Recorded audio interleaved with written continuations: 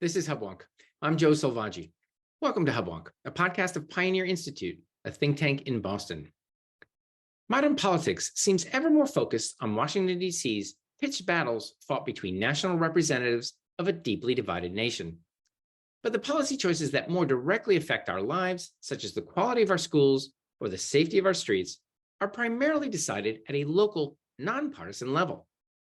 In Boston, our region's largest city, local laws are written, passed, and amended by a 13-member city council that, in conjunction with the mayor, serve all 675,000 residents in the nearly 400-year-old city.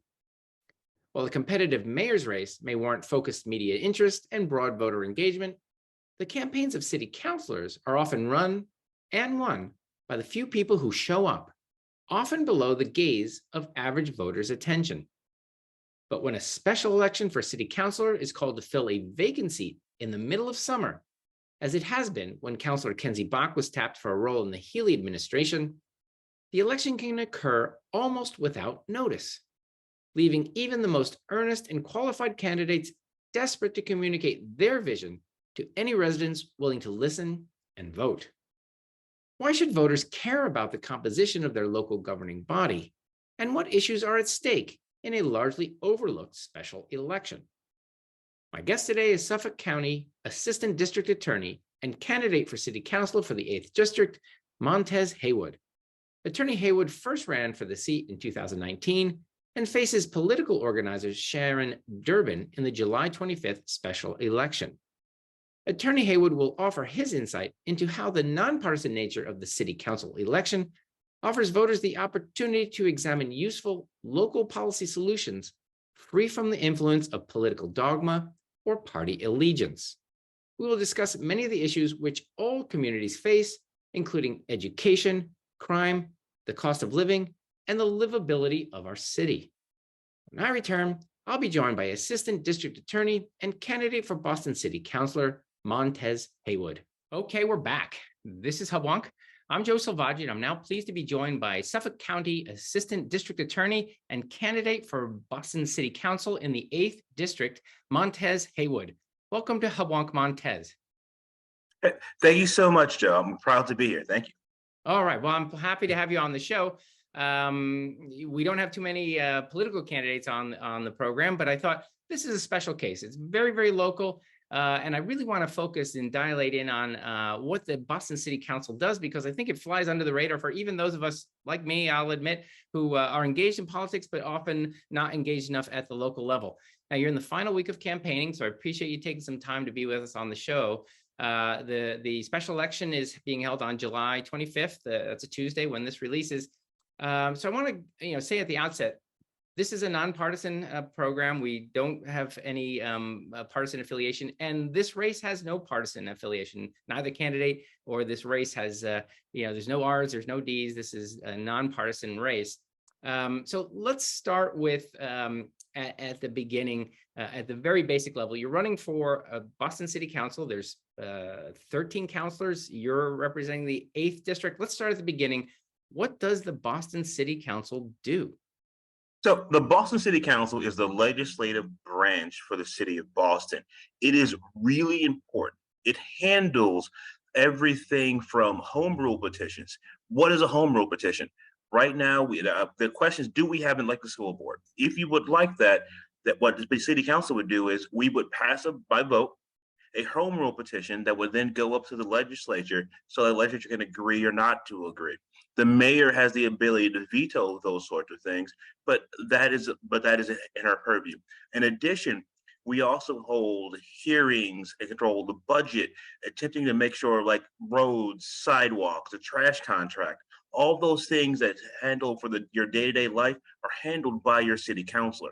It is important for your city councilor to be someone who knows your neighborhood, and you should know your city councilor. That way, when you have an issue where 311 is insufficient, it is your city councilor who should be the individual that's able to help you get those sorts of things done and handled. So you are the government, or you're the sort of mini legislature for our great city here in Boston. You're a West End resident. I'm a Beacon Hill resident. We're talking about the 8th district. So I've sort of tipped my hand. I know 2 neighborhoods that are in the 8th district, yours and mine. What other neighborhoods are in the 8th district for city council? So the district runs basically down the river. It is the West End, now all the West End for 310 and 310A, Beacon Hill, Back Bay, Fenway, and Mission Hill encapsulates the entire neighborhood. Good. Okay. So I think we have 9 districts. Is that right? Am I counting right? So you're 1/9 of Boston, but for our listeners who aren't keeping score at home, how many people are in that district? And you can also, if you have that number, how many voters are we looking at? There are 38,500 registered voters that are on the current iteration of District 8. There are approximately 77,000 residents in the district that the city has been able to identify. Okay, and I said at the outset, this is a nonpartisan race. So that might sort of grind the gears of some of our listeners. Like, what's politics if I don't have a party affiliation to lock into? Do parties have anything to do? Are they forbidden? Are they allowed? Or like, how does that work? Is it completely deliberately separate from any party affiliation? Well, the structure of it is an attempt to take the parties out of it. However, the parties do play a role in helping kind of organize those sorts of things. But that being said, at this level, the system is designed to be as nonpartisan as possible in an attempt to encourage diversity of thought. I think the party system in and of itself should do its best to step out of this level of politics, because politics are, in this moment, are local. It should be, how do we help our neighbors, and how do we do so in a way that serves everybody, the majority of us, in the best way. And I'm not sure necessarily having party issues on a national level in a local race makes sense, when for the most part everyone agrees and is trying to do the right thing. I like that idea. I mean, it's not realistic to imagine we could do that at the federal level, but wouldn't it be nice if all candidates ran on positions rather than party affiliation? I think it would engender a more honest, open debate. But alas, I don't think that's coming anytime soon. You mentioned at the when you described the role of the Boston City Council that it makes home petition laws, sends them up for the legislature to approve. Give our listeners a sense of what would be a law or a rule that would have an effect on the lives of our listeners who live in Boston. The largest home petition rule right now, I believe, would be for a fully elected school committee. That would remove some power from the mayor's office and give direct control and responsibility to parents, teachers, neighbors, and the children of our district. That would legitimately give us the opportunity to advocate for ourselves, for the children in the neighborhood. That is something that the city council could put forward that would remove power from the mayor, but would empower the citizens of our district. So again, let's just play that one out. That's top of mind right now. How would that work? You have 13 counselors, 9 district and 4 at large. We have an idea for elected school board members. You debate it and decide this is a good idea. What's next? As you say, it's taking some power from the mayor. So I'm guessing she has the prerogative, Mayor Wu has the prerogative to veto such a good idea, or if you think it's a good idea. Let's assume you have the authority to override it, then it'll go to the legislature, and they will, in a sense, grant you this prerogative. Or you share with me, how does this work? Getting over the hurdle that is the mayor would be her listening to the voice of the people. Part of the reason why we need to get people to come out and to vote for your city councilor is the more votes your city councilor has within the district speaks to the nature and the power and the support. When the mayor sees that number of support, when the city council comes forward and puts forward the idea of electing an elected school board, is in that moment she understands that it is the will of the people to have representation specifically to this issue. It is sad, but the city council has almost no control beyond budgetary things over the Boston Public Schools. the only way to give power to the people and empower our children, empower our parents, empower our neighborhoods is in fact to take some of that power from the mayor's office and put it into a body that even I would not control. I'm advocating for pure democracy here, and that is ensuring, and I believe that is the best way to ensure a great education for our young people and a great experience for their families. I think that seems to dovetail nicely with our pushing authority down to individual, if you will, people who have skin in the game, who have kids in the system, and have them have a say in how it's run, as opposed to a more top-down authoritarian, we know what's best for you kind of approach. So let's come back to that. Now, you're going to be joining, if you're successful, a group of 12 other counselors. And you've run for this office once before. I have you on as sort of a guest who has the potential to influence, perhaps, strongly influence how the council is run. In your view, again, you're from the outside now.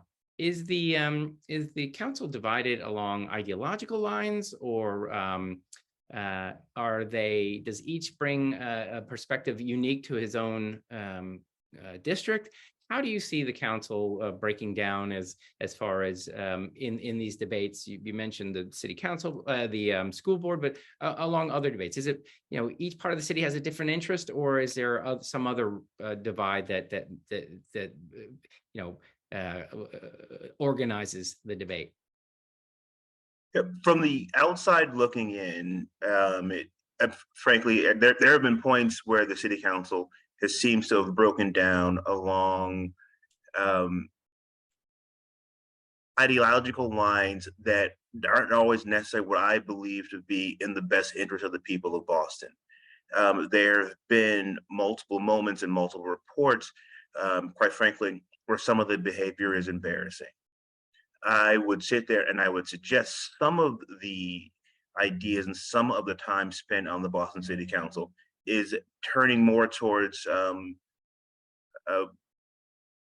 a personal attacks amongst each other, more so than making sure the work of the people is being done. As you sit back and you walk across the city and you talk to people across the city, whether you're in Dorchester or you're in the West End, for the most part, the people just want government to work. And right now, this iteration of the city council has been one embarrassment after the next, and it's been based ad hominem personal attacks, and it's not okay. So along those lines, again, I talk about it's a wonderful city. We live in a small part of it, but there's 9 or 8 other districts. There was a lot of debate on redrawing the lines for how those districts vote. Now, where those lines go. Now, putting aside self-interest, I think city councilors want to defend their turf, and they probably want to pick lines that favor their reelection. But take that aside. When we talk about redrawing lines that represent parts of the city, what's your guiding light? What's your North Star? What do you imagine a district that, is it, does it share a common character, or should it be a grid, or how is it that you would intelligently draw district lines that serve to organize people with common interests? Is there any, I don't know if my question is making sense, but is there in your mind a way to organize the city council districts by interest so that we don't divide people with a common view? Right. So I think my North Star would be to make it to do as few gerrymandering tactics as possible. I think you should take the city, divide it as much as you can via population density. You then try your best to keep neighbors together. We have a diverse city, we have a beautiful city, but some of the redistricting parts, you took people who have been neighbors for their entire lives and you split them into several districts. A part of District 8, Mission Hill, is represented by 3 different city councilors, all broken up by streets. Part of the Back Bay now is now left the district and is now with City Councilor Fernandez. Many of these things need to be discussed when you start taking away somebody's neighbor from them. And if you do so with sincerity and honesty of just saying, we're doing this purely on population density lines, and we're doing our level best to make sure um, we're keeping neighborhoods intact as best as possible. I think that is my guiding light, and how if I were on the council during the redistricting, I would have steered that conversation. So you see, we're primarily organized by neighborhood. As someone who lived here for 30 years, I share that view. We often joke as Beacon Hill people that we're vastly different than Back Bay, and it's absurd, but at some level there's some truth there. It's just we don't share the same concerns. I don't care if it's when we pick up trash or whatever. But so you see us more divided or organized around our neighborhood rather than wealth or race or class or all these other wonderful things that people have used to describe how they might divide our city. Yes, I mean, because as a resident of the West End, is there absolute wealth in the West End? The answer is yes. Is there absolute poverty in the West End? The answer is yes. That being said, the people in the West End who happen to be the most ardent and wanting the neighborhood to stay clean and safe want the same thing that the wealthiest person wants. Everyone wants clean, safe streets and safety to be able to walk to and from their building. That is a universal thing across the district. We can disagree how we get there, but that thought will translate across the district.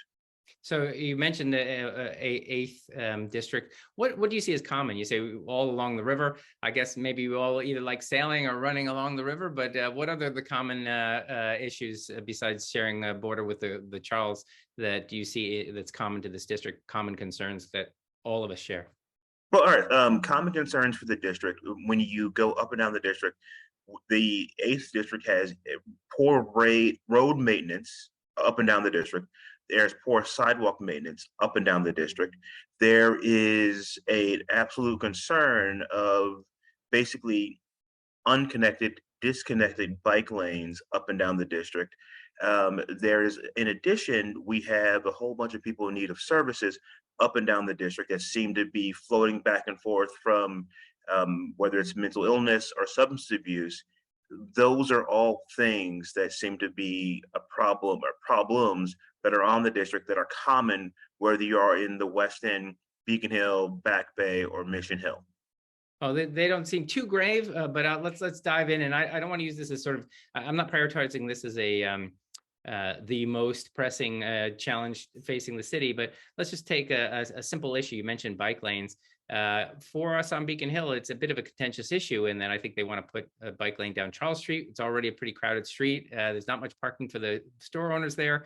I'll stipulate that I'm a distance runner. I'm an avid cyclist, and I almost never touch my car. That said, the bike lanes that have been put in already in Back Bay, I count Boylston Street and Charles Street as being sort of almost deliberately designed to clog traffic up at the worst possible moments during the rush hour. So I feel bad for all those people who do take their car and have to navigate the city.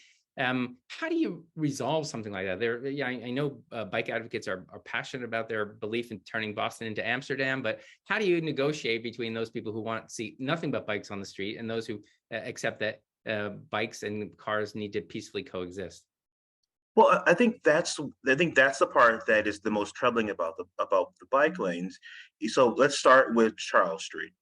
If you look at Charles Street, to put a bike lane in or two bike lanes in, depending which version that they're talking about, because you have to go both directions. What they're saying is, I'm going to take away the outdoor seating on Charles Street.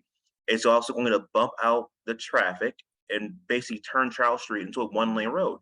You have to remember, Charles Street does not have a back alley. Every business on that road must also get its deliveries also on Charles Street. Then you talk about if there's ever a fire or someone needs to be rescued. I mean, we have small fire trucks in this part of the city. Like, the ladders will have issues actually trying to rescue people. It is just so the thought process as to who that is serving doesn't make sense to me. I don't understand the point or the design to take away something from the people of basically from Charles Street. I don't understand the reason behind it. It would make so much more sense if the idea is to do something that's just good for everybody, is to utilize David Muir Way and convert that rarely used sidewalk in that area into a bike lane that would connect the bike lane on the Esplanade by connecting the Arthur Findlay Bridge and the Fanny Applegate. Connecting those contiguously to each other would make so much more sense. You're not taking something away from anybody, and you're actually giving bikers a pure route to go down the backside of the flat of the hill without interrupting traffic, without pedestrians, and it's worrisome. The pedestrian with a bike lane, one, bikers don't always go the proper direction in the bike lane, and it's so concerning about pedestrian safety when it comes to putting a bike lane on Charles Street.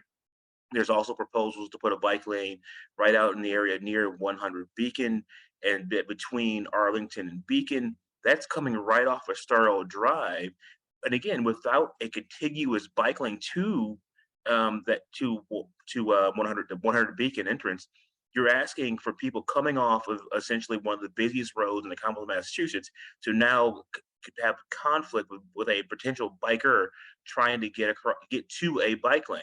It's encouraging the wrong behavior. Same issue with trying to put a bike lane on Berkeley Street, putting a bike lane on Boylston Street. At some point, the bike lanes in the district and in the neighborhood need to make sense for the residents. And they're doing the same things also in Mission Hill and to the Fenway. It's a bike lane that purely seems with a one stated goal, and that is somebody who doesn't live in the district rides a bike through the city, and it does not matter how that affects those of us who live here. I think, again, I don't want to focus too much on this point, but you make a lot of sense. And I'm sure you've come to this observation from talking with lots of locals. I think to an outsider, I think the debate seems to have evolved into bike versus car. But as you mentioned, all those busy intersections you described are full of people. They're all it's bike versus pedestrian. We had, it's probably a long time ago now, but there was a postman die when he was struck by a bike on Charles Street. But it's the people on the street that are most concerned about bikes whizzing down a bike lane, not the cars. The cars can defend themselves. It's those of us who walk everywhere that are most concerned. But one more thing on this: how would you develop your best practice? I mean, you're sitting in a city hall worrying about this. How would you come to if it was a different type of a problem? How do you arrive at your conclusions? But what's your methodology, do you think? So my methodology in this moment, because there's been a whole host of studies actually on this topic right now, and the most recent was done by NHTSA, and there was Dr. Forrester, who actually advocated and argues that dedicated bike lanes are not safer than doing vector lanes. I think I would actually follow the science, and I would advocate hey, we're in a beautifully smart city. Let's listen to the scientists and do what they say. And if we do what the scientists suggest how we handle bike lanes, we wouldn't actually not be talking about putting a bike lane on Charles Street. We would be doing a vector lane, which would essentially be kind of what we're doing anyways in other parts of the city. We would do something very similar on Beacon Street. We would do this across the city, and the goal being focusing on pedestrian safety, making sure bikers are safe, making sure that the people driving cars aren't worried about hitting a biker. These are concepts I think we could do, and I would follow the science. The science is there, and the science actually goes actually contrary to what we're doing, and that's putting bike lanes everywhere. Well, that's good. Let's go from something, let's say that's a fun topic perhaps, to something a lot more serious. In my view, the most important issue facing Bostonians is the quality of education for our kids. I'll just again stipulate that I live in Beacon Hill, and I see the sort of circle of life here. People, friends, neighbors have kids and they turn school age. And I see three patterns. One is they try for a lottery. We have a couple of fairly good functioning schools here in Boston. They try for the lottery, and if they win that lottery and get the school of their choice, they stay. If they don't get that, there's two more options. One is to send their kids to private school, as does 75% of Beacon Hill sends their kids to private schools. But then, of course, the other choice is to move away to the suburbs. albeit kicking and screaming. Most of my neighbors would love to live here all the time, but we lose them because they frankly can't afford to send all their kids to private schools. What to me, this is a the social justice issue of all social justice issues. How is it that Bostonians aren't able to have quality schools the way the rest of the state or what can the city council do to make the basic right to raise your kids in a public school? I hope that's not controversial, in a quality, high performing public school, and stay in the city. What can the city council do on that level? Well, I believe the first step is making sure and ensuring we have a fully elected school board to remove that power from the mayor's office. Oh, not because I believe any mayor doesn't want to lose the power. They just have too many competing interests to prioritize our children. We now have another issue on our district to where, quite frankly, the closest school on district we have there are two schools. We have the high school and we have the schools out in Mission Hill. High school and the elementary schools in Mission Hill. Those are the only two schools on district. Now we have schools in the North End and Charlestown and off district, but the answer then becomes can you expect children to perform well when you're putting them on a bus across the city for an extended period of time? The answer in my humble opinion, is walking zones. These children need the ability to be able to walk out of their home, walk to school. That way, when their parents come home from work, after dropping them off and picking them up, they have an opportunity to properly engage with their teachers and learn where and how they can help their child continue to learn and develop. But the current system we have right now has removed people's ability on District 8 to be able to walk their kids to and from school and forced us to be in a position to where we would not be able to ensure we make every parent teacher conference meeting, not able to make every event, whether the kid is excelling in underwater basket weaving or not. This is how I believe you ensure a child's education, is making sure you give the child every opportunity and the parent every opportunity and the neighbors every opportunity to ensure that child's success. I love that story about the school being connected to a place. Pedagogy aside, if you can walk to school and your parents can walk to school, you're bound to have skin in the game, a stake in it, and help that school better perform. It's ironic that we on Beacon Hill and sure also in West End, you drive nowhere except your kids to school, and or to your kids' parent-teacher conference. We touch our car once every 2 weeks. And yet our school requires us to, as you say, drive off district and separate the child and the family from the space, their neighborhood or the proximate neighborhood.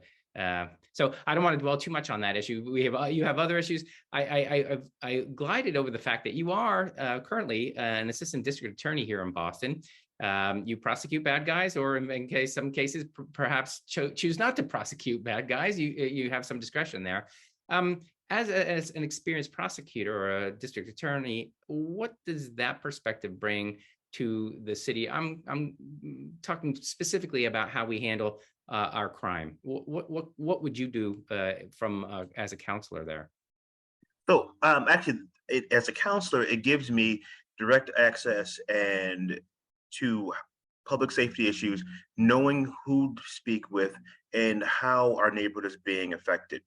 As a prosecutor, what I've seen is this repeated behavior of individuals in need of services, and then they are being processed, and we're using our jail system, our court system, as the first opportunity for many of these people to get access to mental health and drug treatment, and that is how these individuals are being processed. I think that is an absolute mistake. And it's also really expensive to continue to use our jails and our courts as people's access to mental health and their access to drug treatment. I think as a city, what I would be proposing is actually quite different. We would legitimately purchase a cruise ship, which is approximately $30 to $40 million. We have North Jettyport that can already support a aircraft carrier. We then would turn the North Jetty Point and the cruise ship we purchased into a floating hospital. So instead of having to process everybody through the courts and through the jails as an extremely expensive measure, what we would do is we would take some of these individuals in need of services and we would wrap them in their services at North Jetty Point. That way, after they receive their acute treatment, instead of them going right back to the neighborhood or right back to the street again, where they're sleeping on the street, where they're going to decompensate again, they have an access to a space to sleep, access to medical care, and the social workers we've already hired, we've already identified them, and we can continue to make sure these people get the care for in a long, extended term. This is not a jail setting. This is not something where they're forced to be there. This is when it comes time for them to receive treatment, they get it, and then they have a place to go after treatment where they're not being forced to go back out into the street until they have their next episode again. God forbid they hurt anyone. That's good. Again, we're not talking about bank robbers. We're talking about people who are mentally ill or are having problems, and we're talking about diversions or social care rather than incarceration as the first measure. Just to be clear. Yes, sir. Yes, sir. Okay. All right. I want to talk about, I don't know if we're going to agree entirely but I just want to touch on this. Recently, the city council talked about advancing the mayor's, the euphemism they use is a rent stabilization plan. It sailed through, I think it was 12-2. And now it's going to go to the state legislature to see if it will allow the home rule. What's your view? I mean, we'll both accept that we know that Boston is a very expensive city to buy a home, to rent a home. No one's arguing that. We'd love rents to be within reach for all of our citizens. What, in your mind, is the best method, and you can include rent control in there to ensure people can afford to live here? Actually, I'm going to start with rent control. I've already come out and I've said this previously. I believe rent control is a mistake. I don't think it is sustainable. And I say this not because I'm not saying the city is not expensive. What I'm saying is there are a whole bunch of smaller landlords who this is in fact their business model. They've spent their careers acquiring properties and attempting to turn this into passive income for themselves to try to ensure that they have a proper business. By establishing rent control, you end up in this moment where you're going to punish these smaller landlords, and I frankly just don't think that is necessarily fair. And you're going to also discourage these smaller landlords who have these legacy people that are already under the prevailing market rate. And so taking something away from someone should not be the city's first move. We should be trying to figure out and to encourage ways for people to afford the city. Now, I say that to say that now you have a whole bunch of people who work for the city where the city isn't paying people enough money, frankly, to live in the city and only work one job. These are areas where we need to take a look at and see, are there ways to increase wages there? Are there ways to get other small business owners and encourage them to pay people more? That way they can afford the rents in the city. I think that is a better way to handle this versus taking something away from somebody and damaging somebody's business model. I don't see it as sustainable, and it does not seem fair to those business people who have spent time and their hard-earned money trying to make it a business to survive in our city. Well, fine answer. It definitely,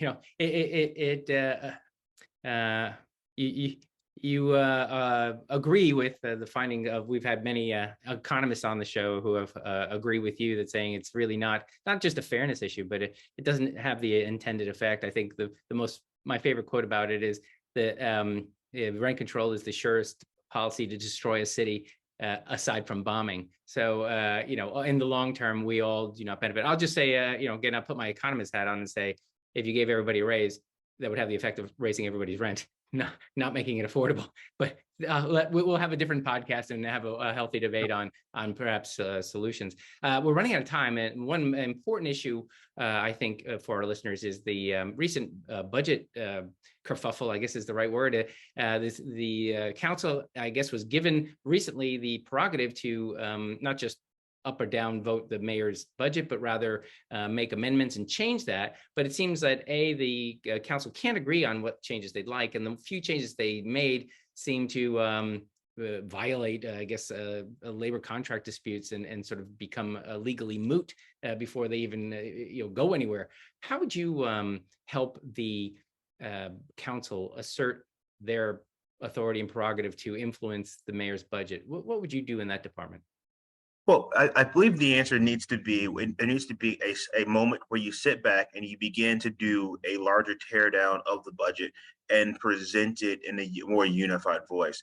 I believe the problem, I believe Frank Banker is one of the people who raised objections to that issue, how Councilor Fernandez had presented it, because it sounds, from, if Baker is to be believed, Baker essentially said, I thought I was voting on something different at the time in which he was there to vote. I'm not faulting anyone for that, because I wasn't in their room for their backroom discussions, but it is clear that by the time it was presented in a disjointed manner.